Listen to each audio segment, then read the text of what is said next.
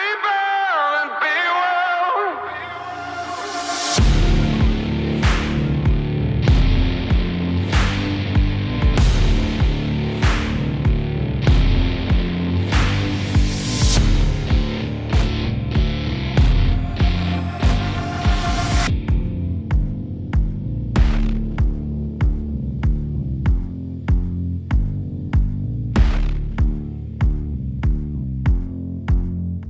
Thaddeus Owen began his journey outdoors, camping and fishing as a boy in the Adirondacks and central New York forests. After a decade spent developing pharmaceutical products, he just couldn't face another day adding terrible ingredients like high fructose corn syrup and numerous red dyes into children's medicine. He shifted gears and engineered a successful work-from-home assignment following Tim Ferriss's 4-hour work week, where he began a new job keeping toxic chemicals out of products we all use every day. From there, he was able to find a way to incorporate more movement, nature, and sunshine into his work environment. Thaddeus healed his own anxiety, lowered his blood pressure, and fixed his sleeplessness using biohacking, primal hacking, and qigong. He spends his free time experimenting on himself in hopes of helping others on their journey. He studies nature, sunshine, and EMF, and educates others on how to become optimally healthy using light and avoiding EMF. Thaddeus is the manager of global production regulations for MillerKnoll Company. Previous to this, he was the chief sustainability engineer for Herman Miller. Thaddeus holds a personal training certification, nutrition certification, master's degree in holistic nutrition, and BS in chemical engineering. He also teaches others how to upgrade their biology through the online platform Primal Hacker. Thaddeus, thank you for being here today. I really appreciate you taking time out of your busy schedule to join me for this conversation. You were our most watched episode 1, so I'm really excited for the second episode of taping with you and recording. Awesome. People are hungry for good information on health. I like it. Yes. And you are a great resource for health. As a matter of fact, I would say in terms of outside of the box health practices, you have made the biggest impact on me personally. So if you ever see me doing anything really out of the norm, you have Thaddeus to thank for that.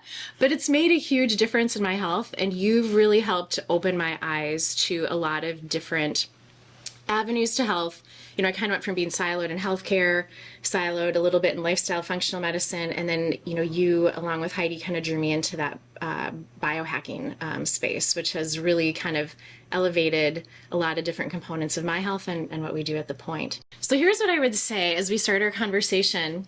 Most people who are health optimizers or value health, which I would consider myself one, I probably am like 80-20 most of the time. 80% I do 80% of what I want to do.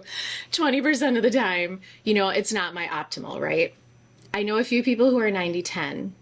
You are the only person that I know that is like 99.9999999% of doing, living what you practice and what you practice and what you preach, which I think is very admirable because the dedication takes a lot, right? And we're sitting here in the Self-Esteem Brand headquarters, and the whole platform is preventative health. I come from healthcare where there's all kinds of people saving lives and promoting health. And I still would say out of both of those spaces, you are the individual who does it with the most dedication. So I'm really excited to dive into this conversation to teach others how they can optimize their health. And a lot of it's going to be outside the box. It's going to be like really new content that people probably haven't heard about, which is even more fun to bring forward. I want to start with, can you share with everybody like what exactly is a biohacker? It's kind of become a little bit of a buzzword, but people might have different definitions of it. So give us like the real definition of biohacker. Yeah, so thank you, Christa. And you made a comment too that there's like 80% of people care about their health or are actively focused on it. I think it's almost 100% of people that care about it and want to do something, but so many people don't know where to start and what to do, or they focus on things that aren't actually helping them. So that's hopefully what we'll cover some of today. And this concept of how I got started in this kind of wellness space, like at work, I work a corporate job as well as basically educating people outside of work and my passion, which is this health stuff. I'm the weird guy at work. Like they point to me and like, you want to meet the weird guy, you need to meet Thaddeus. Yeah. And now it's awesome. Like I love it because people now will come and ask me questions. They stop by my desk and they're like, hey, are you that guy? And the other day, somebody who I've never met before was like, I saw you in an advertisement on Facebook. You're famous. And it's like, well, that's kind of weird, but what was I doing? Because it's not my ad. So, I've been known at work as like the health guy, and I do things that are definitely outside the box. So they can seem a little weird at first. And this term that I started studying back in 2007 called biohacking is kind of what launched me to deep dive into my own health and then eventually teach others. Okay. And really, it's just a combination, of these two words of like biology and hacking, which is more of a computer term. And there's two real things that you need to know about it. And one is like, it's really intended to teach people how to do the most amount of health work in the least amount of time. So it's like, how can you learn about your biology and optimize it to its highest potential with the minimum amount of work? Because we all are stressed for time these days. And so ultimately what biohacking means is understanding your own biology, which is unique in all the world. Not anyone is going to be the same. So understanding yourself and being willing to make changes inside of yourself and in the environment around you. Because one thing that we forget is if you're getting hit in the head with a hammer, taking Tylenol is not the answer. Like, you're in pain, you need Tylenol. You need to fix the environment, which is the hammer hitting you in the head. So I love to talk about the environment and how we can clean that up before we do all this other work. Yeah, that's a great answer. And it helps so much in terms of kind of taking the mystery right out of that biohacking term. Because biohackers historically do really outside the box things, and people automatically kind of go, that's way too out there. That's woo-woo. That's not scientific. That's kind of crazy. And what I love about learning from you, Thaddeus, is you're an incredibly intelligent human, right? You've got a high-level career and a really successful career path. And a lot of people know that you're a thought leader, right? Because you're a really good human. You're incredibly humble. You're a great teacher. But you do your research. Like, this isn't just woo-woo that you're like pulling out of your pocket. Like, hey, today I feel like jumping in a lake that's -30 just because. Like, you actually know why you're doing this and you test it on yourself, which is really the beginning of research, right? It starts somewhere. And I don't think what most people realize is it starts with biohackers. And from there, it evolves a little bit and a little bit and a little bit until like 500 years later, it gets to healthcare. At least 100 years later, the ideas in the laboratory get out to the public. And so like I tend not to use the term biohacking much anymore because it does trigger a lot of people. But ultimately, they are people that are willing to take these new ideas before they're out in the public and experiment on themselves to see what works and pass that on. So in most of the world, you're being told this works because it's been studied so many times. But in the biohacking world, we look at ideas that are very new and we try them. And if it works, we tell people about it and then they see if it works. And then we start building a community around those ideas.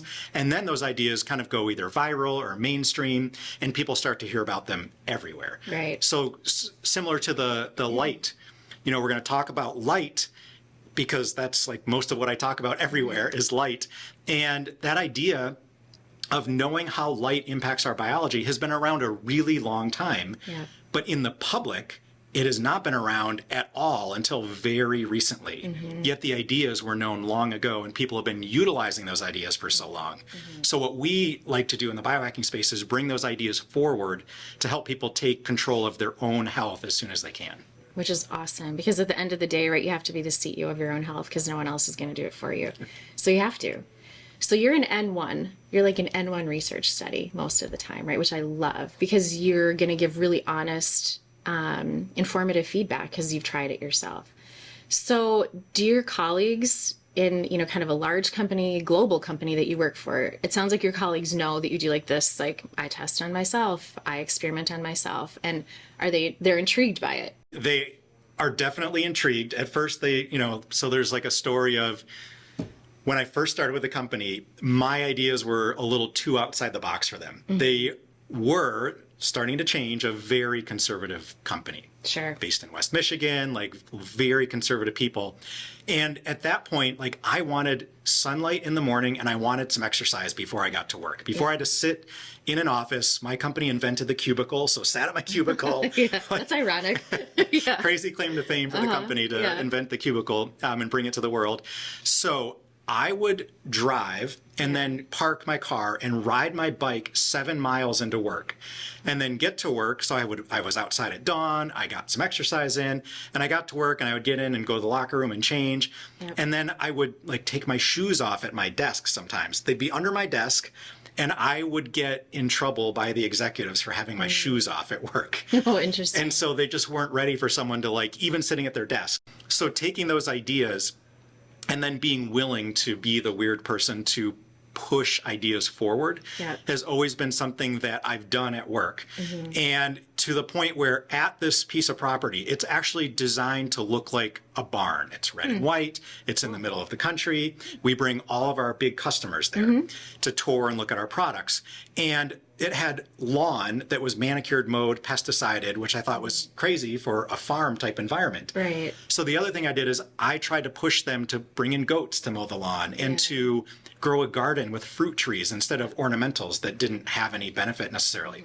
So we planted fruit trees and we put a garden in, and then the customers could come in and pick peaches right from the tree and eat the peach at this place that looked like a farm. And I was able to make that happen. So early on, I was definitely looked at by my colleagues as different, but some of the ideas that I championed are big ideas now within the company. And I think they recognize as we move forward and more of these kind of new ideas come to light. Right. They're like, who was the guy doing that back then? Or, who was the guy wearing those weird glasses at work? Right. I mean, so I would imagine you kind of pave a whole different path in your company. And it sounds like people have paid attention slowly. And it's a really good lesson for us to learn. Like, I know for myself in healthcare, because it's very traditional for the most part, I was a little nervous even putting out a picture of me cold plunging initially, which you encouraged and fostered at the point.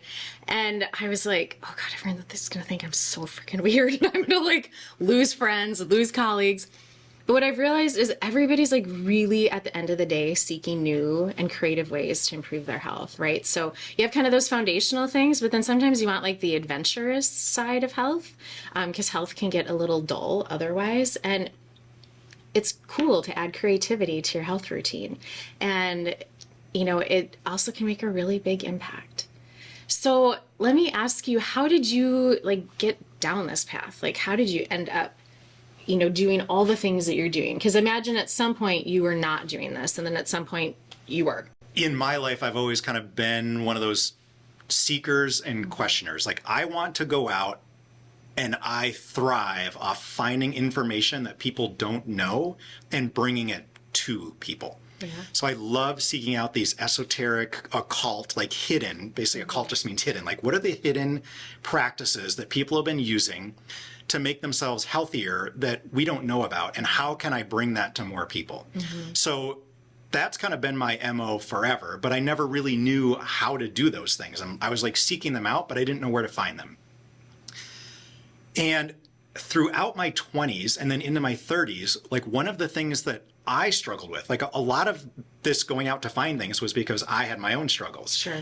So I struggled with my own anxiety and social anxiety, and I could not sit and have a conversation one-on-one with anybody, nor could I give a presentation from a group of people, meaning like I limited my career quite a bit because I couldn't get up and present to executives or customers or whatever it was. So that led to insomnia at night for me, and I wasn't sleeping well, and it would be 2 or 3 in the morning before I could fall asleep. So I was like, how do I solve this problem for myself? Yeah. And the biohacking community were the only people talking about these ways of trying things that were outside the norm, because whatever the normal things to do were not working for me, and I did not want to take a bunch of pharmaceutical drugs. I could probably have taken a sleep aid, and there's 100 million people in the US that do so. So I'm not the only one with that problem, but at the time I thought I was. Right. So that was hard for me to solve because I didn't want to talk to anybody about it. I thought I was weird, like no one else had that problem. It's a vulnerability, right? It was. You don't want people to think you have a problem. Yeah. Or I didn't. And so through biohacking, I found these alternative ways to cure anxiety. some of them involved supplements that were over the counter. And soon I found that there were other ways to solve it with no supplements. And those are the things that I implemented in my own life, and they worked really well. And I was like, I'm just going to do these things. And then people started asking questions like, why are you wearing those glasses to dinner? It's dark and you're indoors. Right. And why are you wearing these glasses when you're at work? I didn't think you wore glasses. And I'm like, no, I don't have prescription, but I would still wear these. And those things of me doing things differently led to people asking questions because they see something different and they ask like, why are you doing this? Right. And now I love that because I'm like, hey, how long do you have?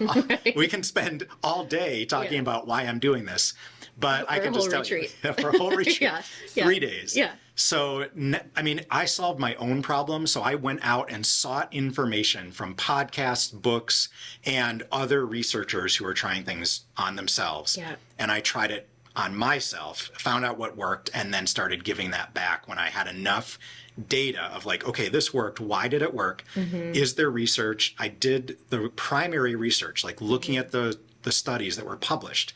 And I found there were like, for light alone, there were thousands of published studies. And I thought like maybe there'd be 3 or 4 thousands. So like it's not unknown that these issues are real and the science is there, but it's not out in the public. Even today, it's like barely making it out there. Interesting. And I wanted to kind of elevate that. Elevate that. You know, that's the other really important piece I think to bring forward is coming from a medical background, science and research is just kind of innate, right? Like it's built in part of my way of thinking. And I think there's a lot of misunderstanding of how much science and research is there being done behind some of these outside of the box health practices. And there's actually a lot, and there should be more. And we'll continue to get there.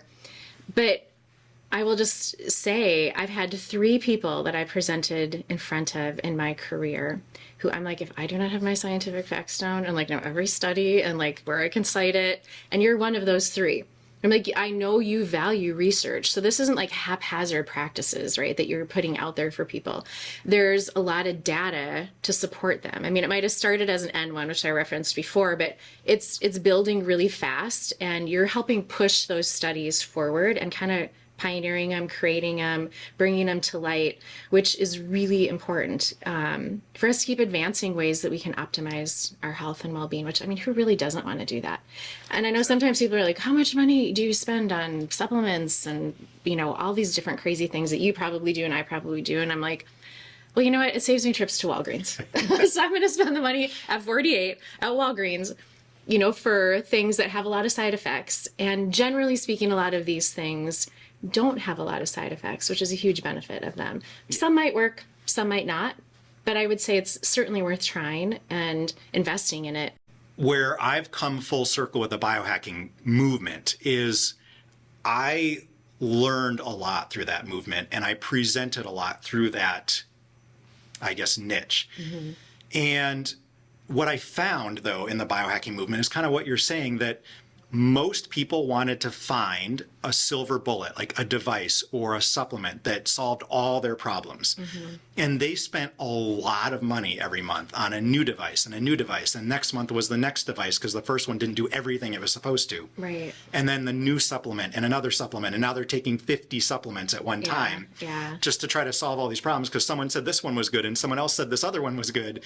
And I personally have kind of pushed back from that and removed almost all supplements from anything that I buy every month. And I have specifically tried to focus on the free or extremely low cost, utilizing nature's light, utilizing the environment outside of us to heal ourselves and remain optimally healthy versus having to pay to do these things. So I've kind of moved from where I used to take a lot of supplements and I used to buy a lot of devices to now I really focus on the science behind the free things. And there's a lot of research around it, but the forthcoming research isn't as prolific because there's not as much money to be made for free health practices. So I like to focus on those because they're things anybody can do anywhere. There is science behind it, and you don't have to pay money to do a lot of these things. Our society, it's like modern technology has taken us so far. And I would imagine you have a lot of these moments too where you're like, but the irony is like, so far is now always so far and so great. And I think about the ancient practice of forest bathing, right? Which in Japan, they've now built urban forests so you can stimulate your senses to improve your health, like things like blood pressure. I'm like, really? We had to build a forest. We had to build a freaking forest. We took all the forests away. We took them all away. And built buildings. We're like, wait a minute, something's wrong here. So it just made me think of what you were saying, right? So it's like, we have to, our society's wired to like do things bigger, better, faster, more. And now we're kind of having to revert back to like those practices that were taken away because of our bigger, better, faster, more. Well, a lot of the speed and the ideas for innovation aren't taking human biology and health in mind. So like LED lights, we're lighting ourselves up with LED lights inside because they're less expensive. We, at some point, banned incandescent light bulbs, which were a healthier option for these LEDs. And what we thought was they save energy, they're super efficient, they light up a space with very little energy. They were never designed for human biology. They were not designed for human health. And with thousands of studies proving that light intimately impacts human health, we can't ignore it any longer. And so a lot of these technologies, as we move faster and faster, are not taking into account the human side of the equation. They're more taking into account efficiencies and how, just because we can do something, we need to ask the question of, should we do that thing? Right. So for those that are sitting in their office, and a lot of people are home officing now. So how do people create a better home office or work office environment? And I know we're going to get into like a couple of nitty gritty, like hands-on show and tell here, which is going to be awesome. And as we start that, I'm just going to kind of give a little 2 cents on one of the things that you exposed me to that has made a huge difference in my health, because a lot of people in healthcare are working evenings and nights, and I was one of those for many years. On top of having like this terrible genetic condition called night owlism. And I was like hardwired to sleep little, that was modeled for me, and be a night owl. And I was just like, I'm fine, I'm 30, like I can get by without any sleep, doesn't really matter. And then one day I woke up and I was like, I'm 30 and I feel like I'm 100 and this is not actually working for me. And I, like you, did not want to take a pharmaceutical to sedate myself at night on a routine basis in any way, shape, or form. So I was a little skeptical when you were like, Christa, have you tried these like $8 glasses? I was like, right, sure. But then I'm like, Christa, it's like a pair of $8 glasses. Why wouldn't I try these? This is so crazy. And I started wearing these. And actually, these are your brand of glasses, which as someone that I trust, I was like, okay, I'll buy these initially. Now I know you can buy many pairs, probably of different qualities, which I'd love for you to talk about. But I had to kind of fight myself to be like, I'm sleeping. I'm like, it cannot be, it's for sure not these. But it took me a couple months to be like, every time I wear these at night, if I'm on my phone or on my computer because I'm working late at night, which I'm also trying to work on, but it takes me a lot to put that away at night. And I think that's for a lot of people. These don't solve all of that, but this helps keep my circadian biology and rhythm a little bit more in sync, right? So if you can start with talking about these, because these were a sleep game changer, and I've actually shared them with doctors and nurses that I work with, and it's changed their life. It's what they refer first for patients who are having sleep disruptions.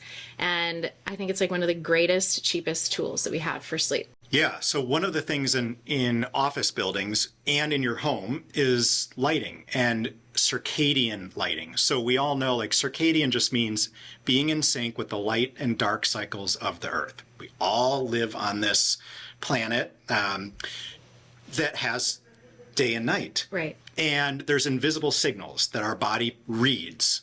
And there's something called a Schumann resonance. It's an invisible earth signal that our body picks up. There's light, there's invisible light that our body picks up, and there's visible light we pick up. So we all know that our body reads invisible signals. You could just think about ultraviolet light. It's invisible, but we can get a sunburn. So our body is reading it and it's interacting with that, or it gives us a tan or vitamin D. Yeah. So light is a huge deal to get right. And something that you said, I get this all the time. I'm a night owl, so how am I harming myself if I'm always more awake at night and I sleep during the day? Well, number one, what I love telling people is like, your biology was created to be awake during the day and asleep at night. It's called diurnal biology. Nocturnal biology are for things like owls and rats and bats. Like they are designed to be awake at night. So even if you think like you work better at night, you're working against your biology, and there is always a cost when you go against what we call the circadian rhythm. And the circadian rhythm is like be awake when the sun is out and be asleep when the sun is down. Right. That's the rhythm of the planet. And when we go against that, we start to increase hormones in our body that we don't want at that time of day, like cortisol. Cortisol, like everyone knows it, is the stress hormone. It's a great hormone during the day. It keeps us awake and alert. But at night, you don't want to be stressed, awake, and alert. You want to be tired. Yeah. So we need another hormone called melatonin, which helps us sleep. And studies are showing that it cleans up damaged mitochondria and cells while we sleep. We don't want to lose that benefit. But if we see blue light at night, the body thinks it's daytime. So these glasses, you've got a pair and I've got a pair. And if you're watching this on YouTube or on a video, you will notice that the lenses are different colors of my glasses versus Christa's. So there are multiple shades and colors of lenses that block light. And what you're looking for after sunset is to block 100% of the blue frequency of light, which is why these are called blue blockers. Just like the commercials from the 80s, if you're old enough to remember, if you're over 35, you might remember the blue blockers commercials, that old people in the commercials would wear them while they drive during the day to block blue light and give them better perception. Yeah. We can use them, and they've been studied clinically. I think RPI, Rensselaer Polytechnic Institute out of New York, was the first university to do a study on blue light blocking glasses. And what they showed is if your body is producing melatonin, which it only does when your body perceives darkness. You perceive darkness, your body releases the stored melatonin, it does its job of rejuvenating you, everything's good. But if you see blue light, like from your smartphone, like from your overhead LED lights, like from your television, like from your laptop, that destroys the melatonin that's in your blood. It stops the release of further melatonin, and it increases cortisol. That's specifically from the blue light emitted by those lights. These glasses block the blue light. So when you wear them, your body perceives that it is still dark. And it allows the melatonin, as you were stating, like your melatonin is still going to be released. Right. Your circadian rhythm is going to continue as normal, and you get the rejuvenation benefits of that melatonin at night. Yeah. I've got on a pair of red lens glasses. So it goes from light orange to dark orange to red. And then I've got a pair of yellow lenses. Some people will try to sell blue light blocking glasses with clear lenses, and those block. So what happens is the lighter or the clearer the lens, the less blue light it blocks. Okay. So during the day, if you're out and away from natural light, but you're on a device, the blue light is a high intensity light, and it's been shown through numerous studies that it can create free radicals in your eye and lead to macular degeneration. So those are the studies. So people wear computer glasses or blue light blocking glasses during the day to block the high intensity blue, but you don't want to block all the blue light during the day, because then you don't have cortisol around, which keeps you awake and alert. You're going to be tired during the day, and you're going to mess up your circadian rhythm. So during the day, you can wear a lighter version of blue light blocking glasses. Like the ones you have on. So I've got on a pair of yellow. Yeah. And these would be a daytime pair. They let in enough blue to set your circadian rhythm, but they block the high intensity blue light from man-made artificial lights. You never want to wear blue light blockers in the sun, because the sun's light syncs your circadian biology. When we see the sun, it tells your body with invisible information. Like everyone's like, oh, that's kind of woo-woo. Well, how does your cell phone send a text from you to me? And when I get it, there's a photo in that text that my phone renders from an invisible signal sent from your phone. That's information invisibly sent through the air. Our body is way more efficient at reading invisible information than a phone, and we read the invisible information from the sun and from nature.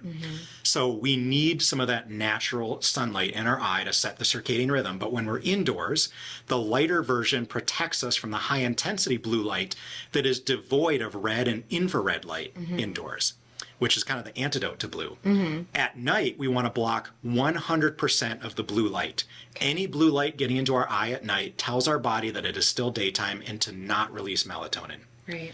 Now, when you go to an orange lens, that will block 100% of the blue light.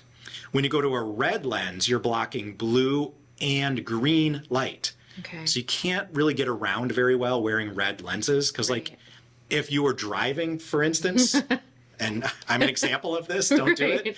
If you were to drive with red lens glasses, because you want to block these, like what I call weaponized headlights nowadays, these crazy bright LED headlights, and because they block green light, Yeah. when I came to a traffic light and it was green, Yeah. it looks like the light is turned off because you can't see interesting. the green light. Yeah. They block green. So I thought the traffic light was off and there's a power failure. And so I was slowing down. People were honking at me and I'd take my glasses off and the light was green. So beware. Don't wear them while driving. We'll return to Rebel and Be Well in just a moment, but first, a few words about our sponsors. I want to say a special thank you to everyone at Self Esteem Brands. We are grateful for the recording space and support you have provided to our podcast platform and team.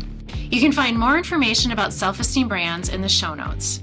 We appreciate and savor every sip of Dry Farm wines during our podcast conversations and every event at the Point Retreats. To find out more about Dry Farm wines, find their link in our show notes.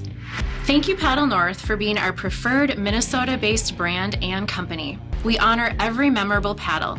To find out more information about Paddle North, find their link in our show notes. The Point Retreats and Rentals is situated roughly 30 minutes outside Brainerd, Minnesota. The property's private peninsula boasts over 1,500 feet of stunning shoreline spanning 3 lakes on the pristine Whitefish chain of lakes. Whether you need time to renew, reset, or reconnect, we have a space that can host your family, group, or team. Click on the show notes to find out more about the Point Retreats and the Point Rentals.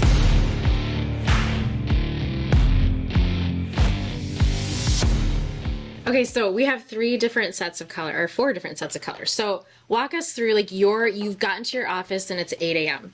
What would you like, and then what would you put on and for what hour? So if you are going to work at 8 a.m., you have to remember that your biology is set by the sun.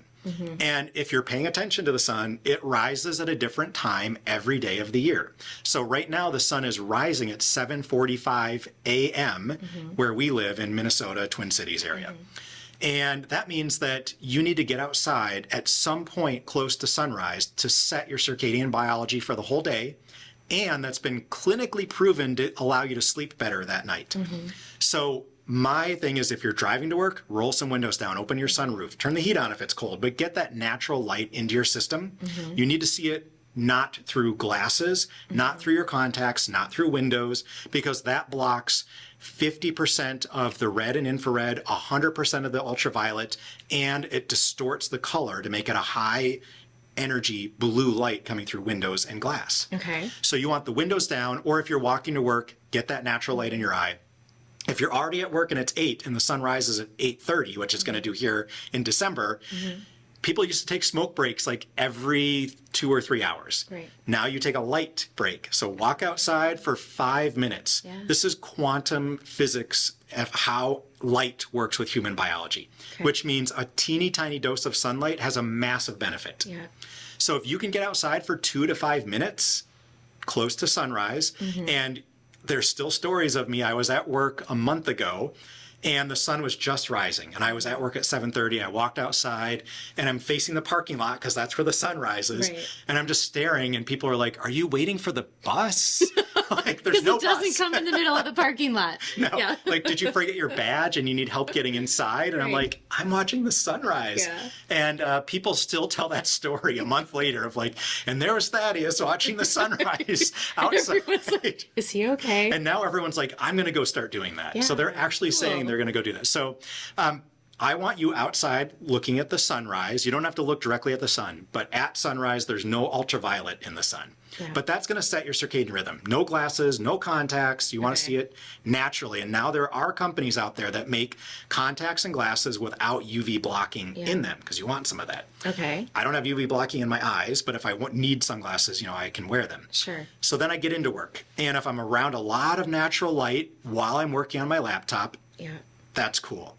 All I do is I add a filter to my laptop screen. It's called Flux or Flux, Flux. It's free. It filters out the highest intensity blue light.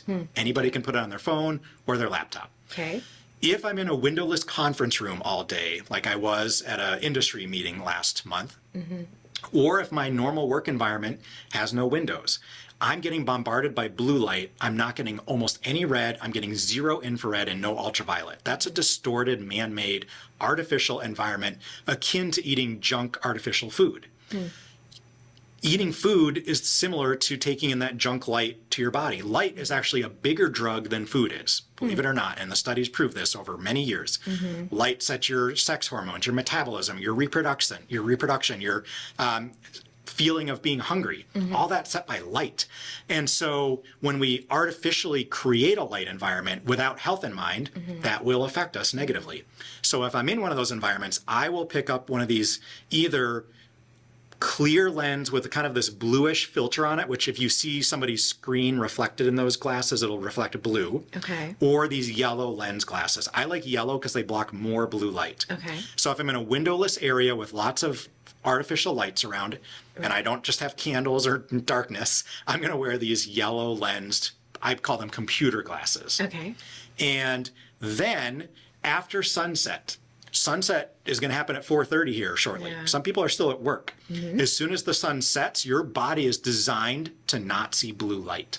So I will put on one of these orange pairs, usually a lighter orange pair, Okay. because I'm going to be driving. Maybe like these because they're a little bit lighter. Yes. Yeah. I need something that I can drive in and not hit a pedestrian, and be able to see what's going on. That'd be great. Blue light blocking glasses are not intended to be worn while you drive. And that's actually like something that they tell you not to do because they can block a little bit of light, especially if you're wearing the red lens version. Right. Do not do that. So if I'm going to drive, I still will wear them at night because of what I'm calling the weaponized headlights. I get blinded by those, so I will wear them, and I do not want my melatonin being destroyed. So as soon as the sun sets, I put those on, and I will not take them off until I either go to bed without the lights on, I turn on only red lights in the house, or I put on these red lens glasses an hour before bed. I'm not kidding you. If you put on red lens glasses after sunset, you're going to fall asleep in like a half hour. Only blue light destroys your melatonin. So if you have a pure red light, it will not destroy your melatonin. You can still have light in your home. You could use candles. Candles don't destroy melatonin. Right. Most people aren't going to use candles in their home these days to light everything. Right. Most people aren't going to use red lights either, although we do. So at my home and in my office, if it's still dark when I get to my office, I turn on a red light strip so that I'm on Zoom all day. And people are like, oh, there's Thaddeus. He's in the red again. He's in red mode. So Yeah. It's like I've got my blue light blocking glasses on. I've got red light. Red light has been shown through all the university studies not to destroy melatonin. Okay. So I light up my home and my workspace in red light after dark. You know, I know even from some of the data and how to treat COVID, melatonin was one of the first lines of defense, right? It's an antiviral, so really heavy doses of melatonin were given.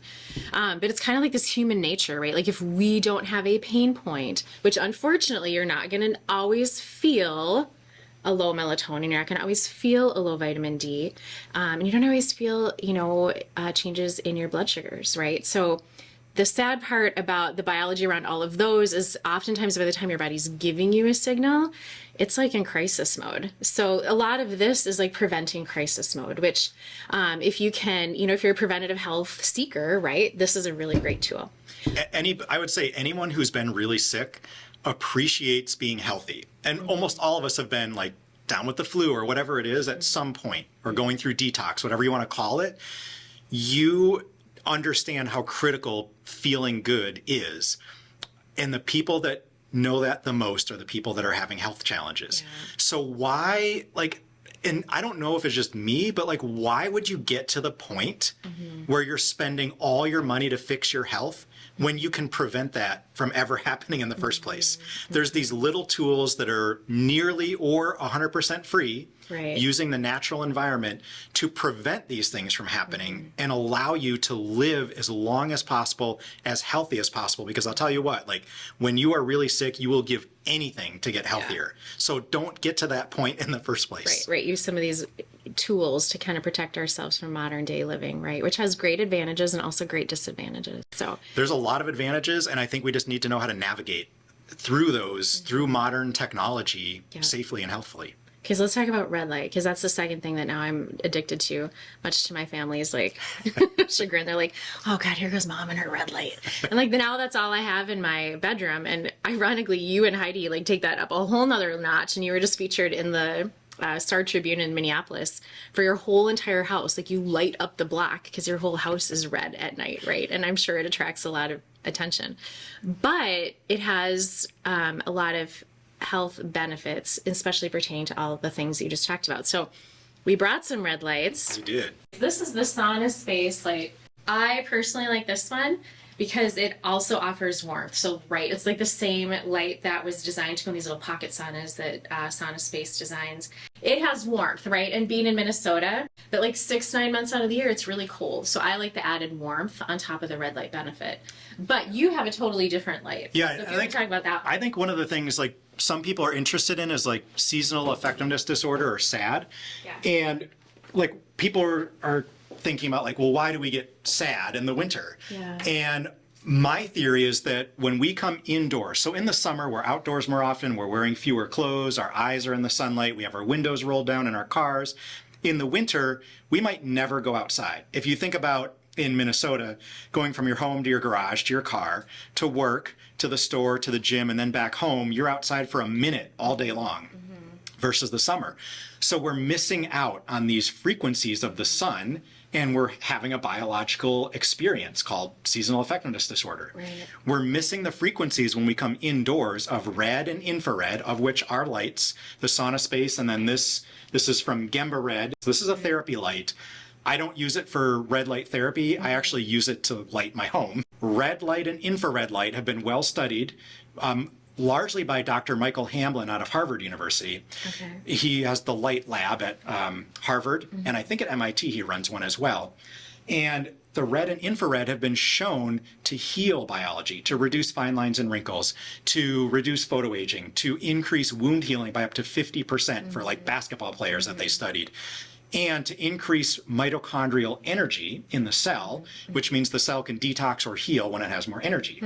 That's what these lights do. So in addition to lighting your home up at night with red, which is a little weird, you are not stopping your melatonin, and you're providing these frequencies that you miss when you come indoors in the winter. Okay. And I have not had a seasonal effectiveness disorder since I've used the red lights Okay. in Did my you home. before?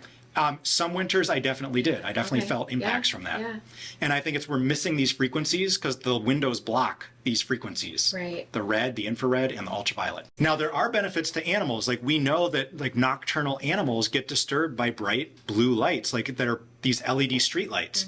There's an article by the American Medical Association that is giving a warning for humans and animals to not install LED streetlights. Well, too late for that. We already did it. But if you look up from, I think, 2015, American Medical Association warned against putting LED streetlights out for human health. But for nocturnal animal health, people are starting to use red lights because the owls and the bats and the sea turtles will still be able to do their thing at night with red lights, but they cannot do it with the bright white lights. Do you mind kind of going through some of the other pieces that you brought just Yeah. to show like how those can improve health in the work environment? There's like three main things that I feel like you need to take care of. Your light environment, we've exhaustively talked about. Next would be electromagnetic fields. Like we are electric, magnetic, quantum beings, and we respond to invisible signals. When we flood our world with man-made signals like microwaves from your cell phone, your Wi-Fi, your Bluetooth, your AirPods, like all those things, there's a biological cost. So I do protect myself from those things. So like this is just a microwave meter in my hand. For those of you not able to see it, you're going to hear it.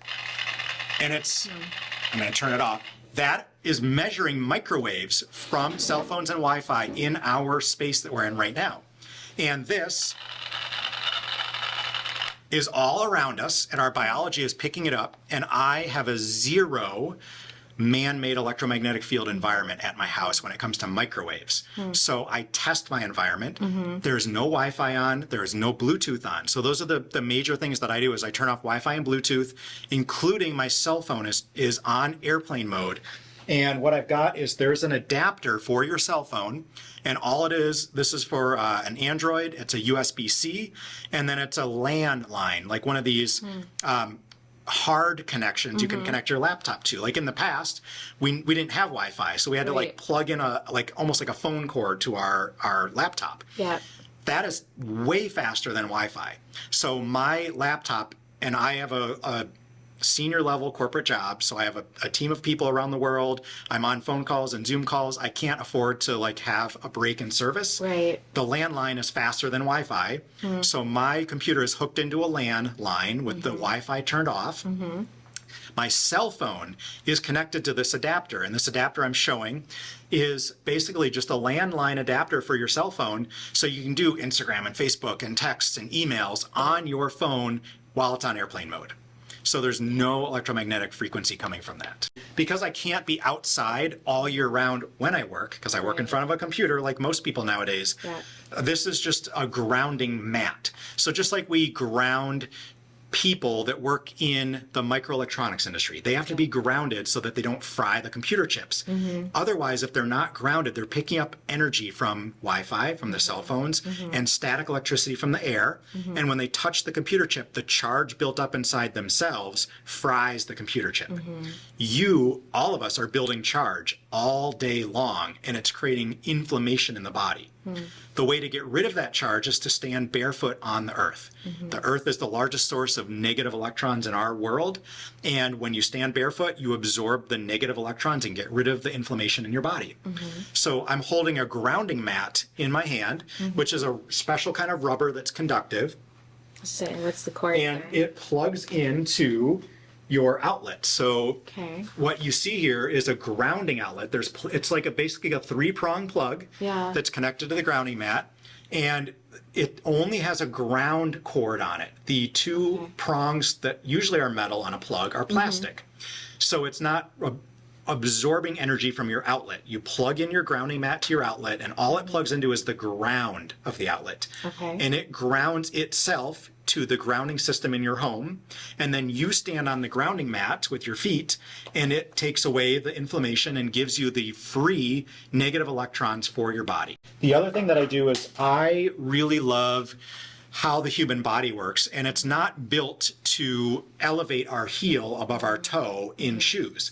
So like women wearing high heel shoes, very detrimental. To raise the heels, you shorten the heel cords, and you can cause all sorts of issues with your body mechanics later in life. Well, men actually wear high heels too, and most men don't know that. But look at your gym shoe or your sneakers or whatever you want to call them, your heel is much higher than your toe. That's basically like wearing high heels. So I love being barefoot and growing those muscles and tendons in our feet and being more primal, or like how our ancestors would have originally moved our biology, by being barefoot. In order to do that, I like my feet to be a little tougher because I had really tender feet and I couldn't walk barefoot on the driveway. It was actually hurt my feet. So I have this like acupressure mat. It's an acupressure sleep mat, and it's got, I think I counted like a sleep one. Wow. This is a sleep one, so you're supposed to lay your back on it. I counted 1,080 spikes, these little like plastic spikes, and they're pretty sharp. But I stand on this, so I have a desk that I can go from sitting to standing. Movement during the day is critical, and I will stand barefoot on this acupressure mat. And what it does is it gives my feet acupressure, which all these reflexology points in the feet help stimulate organs in the body to detoxify them and relax my body when I'm stressed at work. But it toughens my feet faster than any other method I've ever found, to the point where I can just use this for 20 minutes every other day, and my feet are pretty much bulletproof to walk on any surface during the day, barefoot outdoors, which is great. Okay, so I'm going to ask you this, because I know we are both huge believers in the power of movement as medicine, right? Exercise is medicine, fitness is critical for health. But one thing I always find a little bit ironic, at least in the couple of gyms that I frequent regularly, is the lighting is like just terrible. And I'm probably a little bit more hyper aware now at this point. Thanks to you, for better or worse. But what are like some simple things you could even do like in the gym that would be beneficial so that the lighting in there isn't feeling quite as toxic as it often does? And I'm not saying all gyms, but generally speaking, gyms tend to be a little bit of violators of like the light circadian. For sure. I'm fortunate that I only go to the gym in the winter, and the gym that I attend is all natural light in the main area, which is awesome. But that's not the case for most. I'll give 2 tips that are like hugely, well, 3, hugely beneficial to everybody. Okay. Whether you want to build muscle or lose weight, Yes. these tips are going to help you do that too. Okay. So number 1 is like wear a pair of blue light blocking glasses at the gym because that just tones down the intensity of the light. You're already stressing your body under that light. And when you start stressing the body because you're working out and the light is stressful to your brain, that can start causing, either migraine headaches or more intense strain in your body, more stress, which you just want less stress. So number 1, I always wear blue light blocking glasses if I'm in a gym without good natural light or it's after sunset. Number 2 is you want to get yourself into the healing frequencies. A lot of gyms, not all of them, but a lot of them have saunas. If you can get into the sauna immediately following your workout, you are going to get infrared light. That infrared light is the antidote to the blue light. It is also shown, proven in studies, to increase fat loss and increase lean muscle gain. I use that to gain like 20 pounds of muscle by working out and immediately using the sauna for muscle gain, but also to absorb those healing frequencies after seeing all that blue light at the gym. And then finally, when you get home from your workout, just go outside for 5 minutes and stand barefoot in your backyard or in a park on the way home if you don't have a yard. That is going to dump all that inflammation you built from the gym, and it's going to allow negative electrons. Remember, like the way our body is powered is through the mitochondria. And the mitochondria is the electron transport system to create energy. So the more electrons our body has, the easier it is to make energy and heal itself. We get free electrons by standing barefoot on the ground. So those 3 tips, sauna, blue light blocking glasses, and standing barefoot, are really easy ways that will help people get to their goals faster, but mitigate these negative effects of the gym. Okay, let me ask you this. What's like in the office, a health hack that you might be doing that you don't want to tell anybody? Or like, should I say it or should I not? Okay, so there's one that's getting more popular outside of work now, which is adapting to cold or using cold therapy. So cold therapy or cold adaptation like has all these huge benefits and people are getting really into it, and a lot of people know the name Wim Hof for like breath work and cold. And one of the things that cold really helps with is weight loss. And a lot of people that want to do that, or just adapting to the cold. So you're not so cold all winter. Your body actually adapts to the cold. You get warmer all winter. So there are vests that have water in them, and you can freeze the vests with the water in it and then put it on your body. You can wear the vest and put a shirt on over it. And so you're basically cooling your core while you're at work, which helps with weight loss, which helps with cold adaptation, but nobody needs to know that you're doing it because you wear it inside your shirt. How about the cold plunging, like the cold exposure? How often are you doing that in your week? I do cold exposure every day.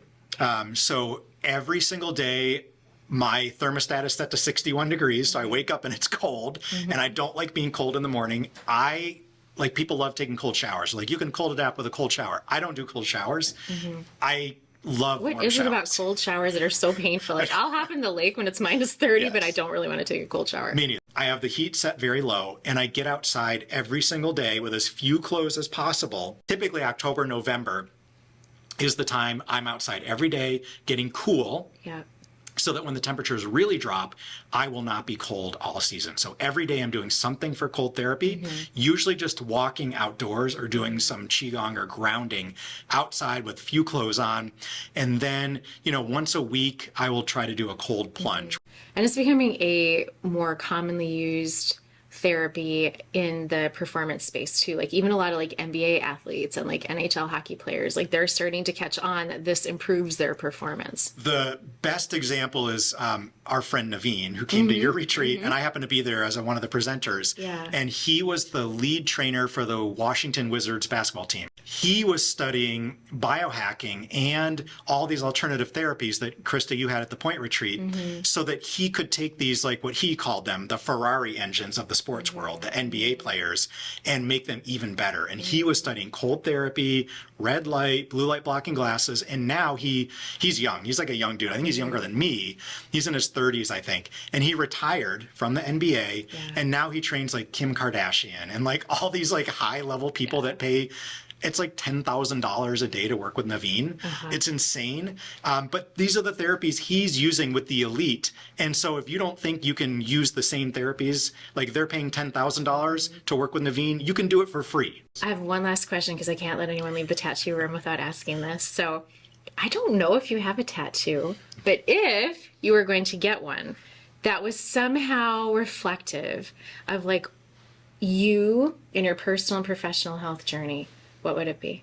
And I don't have any tattoos. I've actually never chosen to mark this vehicle that I drive around. And and if I got a tattoo, I would not choose the tattoo. I would want to use, you know, I'm like the primal guy, right? So I love the primal ceremonies of either coming of age or something that you went through, some crucible that showed you did this work, you gained some knowledge, and you persevered to the other side.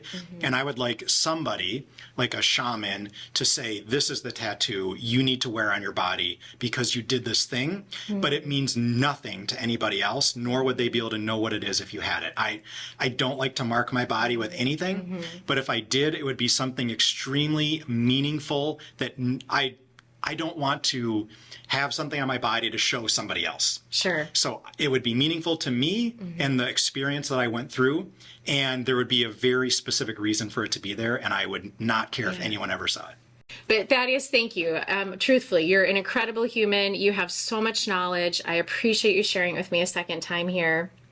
And keep doing the great work that you're doing. And just know that you've got cheerleaders like myself championing you on, even though I know it's a space that sometimes probably has taken like a lot of courage to push yourself through.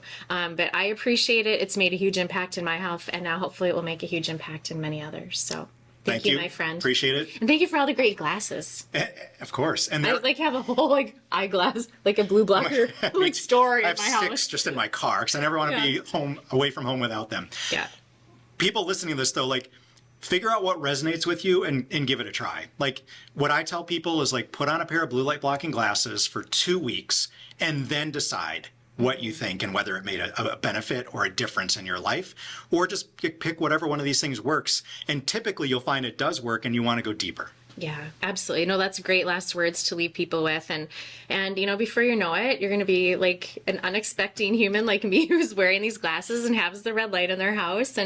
But I feel better because of it, right? So it feels a little out of the norm at first, but sometimes that's just how life goes, right? Like we all have to keep evolving. And this is part of my evolution and continuing to be on a health journey, and hopefully it inspires others to do the same. So thank you for that. I appreciate you very, very much. Until our next conversation, I just, want to say thank you again for sharing. Absolutely. I want to say a special thank you to everyone at Self-Esteem Brands, the parent company of Anytime Fitness, Waxing the City, Bar Method, Stronger You Nutrition, and Base Camp Fitness. We are grateful for the recording space and support you have provided to our podcast platform and team. You are a true example of what it means to rebel and be well. You can learn more about Self-Esteem Brands via the link shared in the show notes below.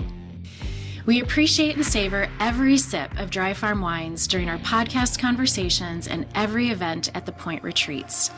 As a health and wellness platform, we are grateful to have a pure and unique wine that is free of sugar and additives, grown on small family farms, and brings a bright and soulful and vibrant glass of wine to share with the community we love. Cheers to our Dry Farm wine friends and family. You can learn more and order your own bottles of Dry Farm wine by clicking the link provided in the show notes below. That simple and serene moment when we glide across the lake at the Point Retreats on our Paddle North paddleboard is one of the most cherished moments. It's a gift when we and our guests blend into nature and lose track of time and space as we soar across the pristine Whitefish chain of lakes. Thank you, Paddle North, for being our preferred Minnesota-based brand and company.